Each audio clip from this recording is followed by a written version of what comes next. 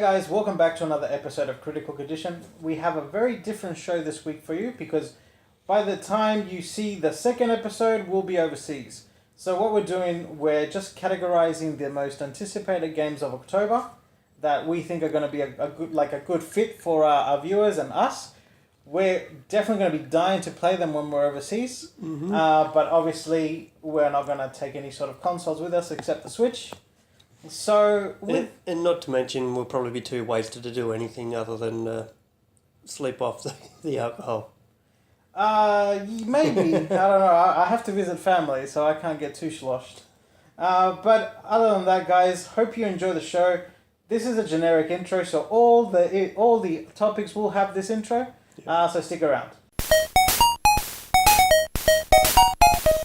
So, the topic of the show this week, South Park, the fractured butthole. I like the way you said butthole and then give me a wink. I'm like, what the fuck? You know it. I don't have a fractured butthole, man. No, you just got a freckle. I do. Your brown freckle. It's a very tight freckle. I don't want to know if it was tight. I don't know what you do when you experiment with those ladyboys. I don't do shit with ladyboys, man. Mine's an exit only. That shit. Alright, so this started off with a bang. No pun intended. So, South Park, did you play The Stick of Truth? No. I hate you right now. I know. I hate you. Know. How did you not play The Stick of Truth? I don't even know why I didn't play it. Dude, it was one of the most amazing RPGs that came out at the time. I know why. Because Why? I was playing StarCraft 2 online. You were indeed. You had that league going. Yeah, I was Diamond. Yeah, Diamond. Yeah. So I was like, yeah, no. I was playing that. Oh, Yeah. big thing, you know? I was playing it like every single day Yeah. and night, whenever I could. But that's why I didn't play it. That's. I remember it now. Yeah. Alright, so just to recap a little bit on The Stick of Truth. So for those of you that might not know what the hell that we're talking about, and obviously to get Mitchell up to date, The Stick of Truth was the South Park kids playing their RPG. Sort It of... was the WoW one, wasn't it? Yeah. So they ran around town, you know, they had their they had their elves, and there was a Stick of Truth that, you know, held all the power. And so it's a quest of the new kid, which was you, sort of interacting with everybody in the town. Yeah. And everybody called you the new guy, and that's how they got away with that, not calling you by your name and things like that. Yeah. Man, that was a fun game. It actually got censored here in Australia because heard about that. back then we Didn't have an R18. didn't have an R18. I think this one actually caused it. Yeah. Yeah, so that's pretty interesting. So thank you, Stick of Truth.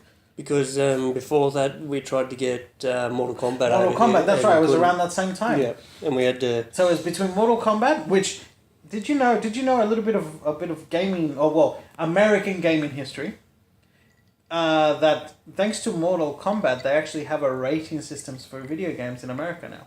Oh really? Because of Mortal Kombat. Because of the original Mortal Kombat, they actually have a rating system, the ESRB system. Yeah.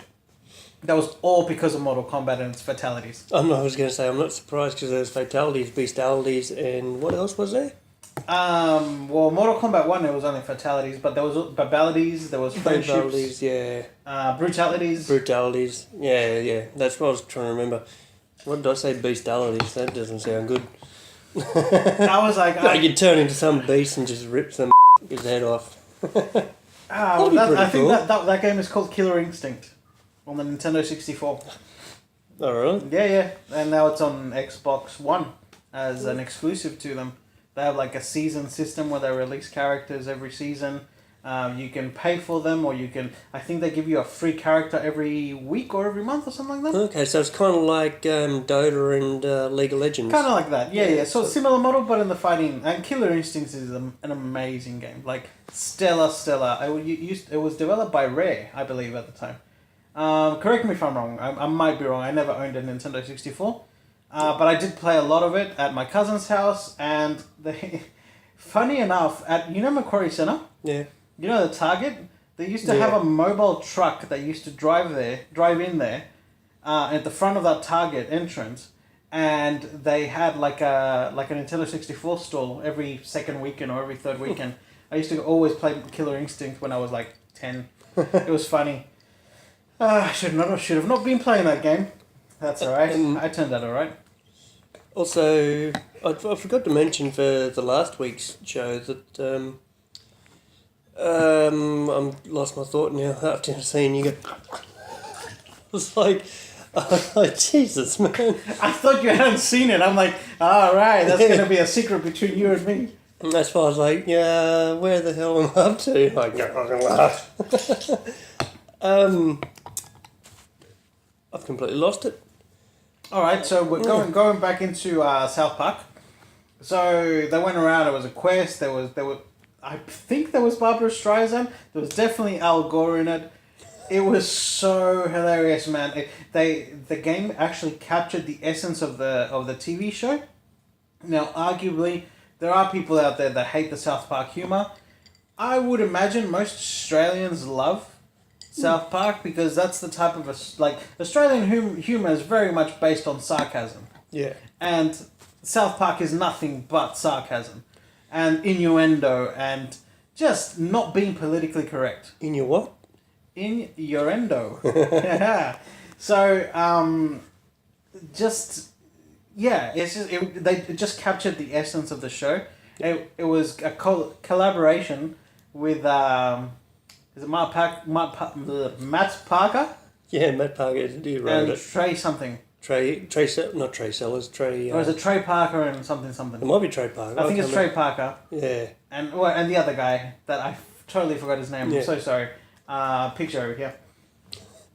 That they finally collaborated in a South Park game with a developer. Yeah. See, back in the PlayStation 1 era when games used to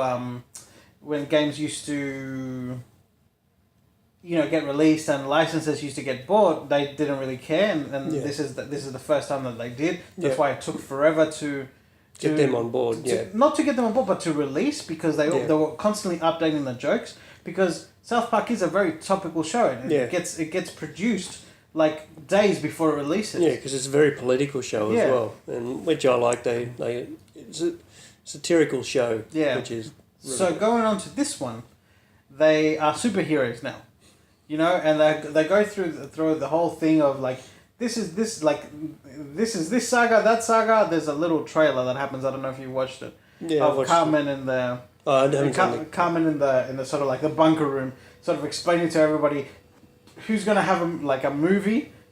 Oh, pardon me. Who's gonna have a movie? Who's gonna do this? And then we all come together and have this big movie, like sort of like the Avengers. Yeah. And one of the guys goes, "But I don't want to do that." So it's sort of like a Marvel versus DC sort of split that happens Okay. between them, and it just looks hilarious. They've revamped the combat system. Obviously the writing is very original Yeah. to the Yeah, I think that's one of the major draw cards to it is the fact that you got the original writers from South Park on it. Definitely. Yeah. No, it looks fantastic. So yeah, no, but it looks great. It has been delayed a couple of times. Yep. Ubisoft, fantastic developer, publisher. They've had awesome hits this year that nobody really thought that they were going to be great hits. They had Ghost Recon Wildlands, and they had For Honor. For Honor, yeah. I wasn't a big fan of that to begin with, like even before it came out. Yeah. But then once it came out and I saw a lot more of it, I was like, this looks pretty bloody good. It'd be interesting to play. I mean, we'd get annihilated at the beginning because they've been playing it for months, but I think we could get good. Yeah. But we're good at Destiny, so I was going to say, we've always been pretty good at PvP. Even when we were playing World of Warcraft, we'd go into the PvP grounds and just, I'm not going to say the word I was going to say, but we annihilated people. We dominated people. Yeah. Dominated. We Yes, drank out of their skulls. yeah. Yeah, but yeah, no, look, the Fractured Butthole. It's set up to be a fantastic game. If it's anything to go by the original, I think we're in for a treat. I definitely will be getting this one when I come back from holidays. I'm just going to get it for the name alone. The Fractured Man, Butthole. they're good. They're good at doing this type Yeah. of stuff. So guys, you should definitely check out this game. I highly recommend it, and I've played not a single minute of it, and I highly recommend it because, Ubisoft doesn't disappoint. The creators of South Park definitely don't disappoint. And if you don't like the type of humor, then why the hell are you watching this video? You definitely don't fracture a butthole Like- with Ubisoft. Correct. So, see you next week. Guys.